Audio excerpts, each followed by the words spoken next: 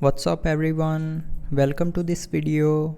In this video I will show you how to hard reset or factory data reset your Galaxy S25 Ultra.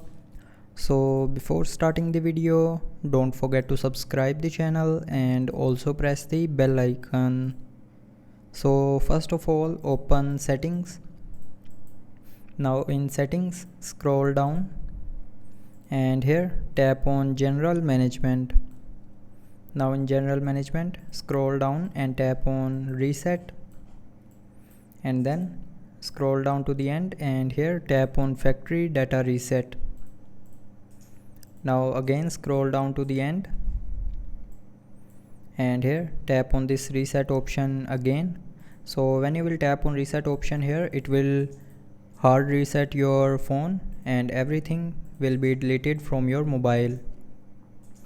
So that's how you can hard reset or factory data reset your Galaxy S25 Ultra.